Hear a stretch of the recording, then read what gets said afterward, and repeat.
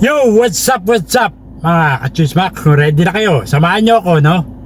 Okay, let's do this. Let's go.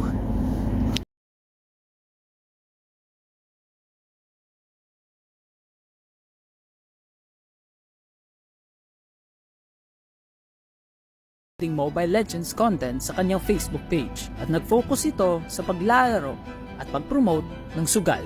Which made his audience question kung bakit nga ba nagbago si Chooks TV. Kala ko di ka tutulad sa ibang influencers pre, na kung saan naman reply ni Chooks na, hindi naman ako tumulad sa iba, naglalaro lang naman ako, hindi naman ako nag-i-invite na maglaro kayo.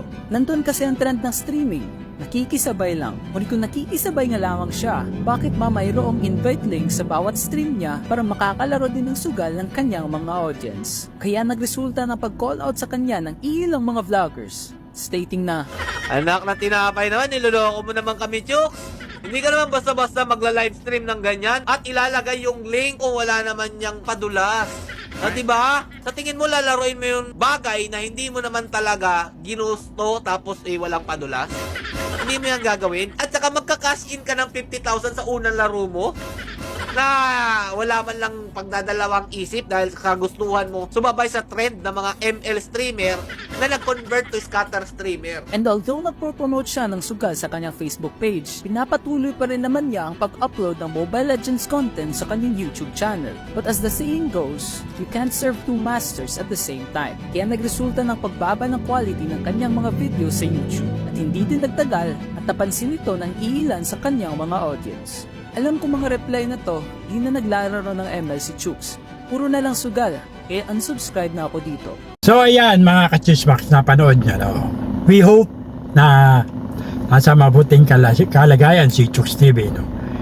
At according nga kay Chooks TV, according kay ako si Doggy, no? Sinabi niya na nagpapahinga lang si Chooks TV dahil nga medyo nakakaranas siya ng pagod, no? Ng burnout sa pag-streaming. Yung chismis na nalululong siya sa sugal, we hope and pray na sana hindi totoo, no? What? I'm sure yung mga bali-balita sa kanya mga negatibo normal yan kasi alam mo naman kapag sikat ka na streamer, no?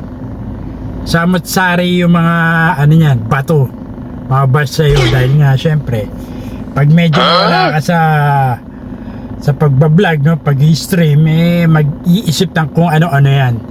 So yun lang guys mga ka-chismaks, no?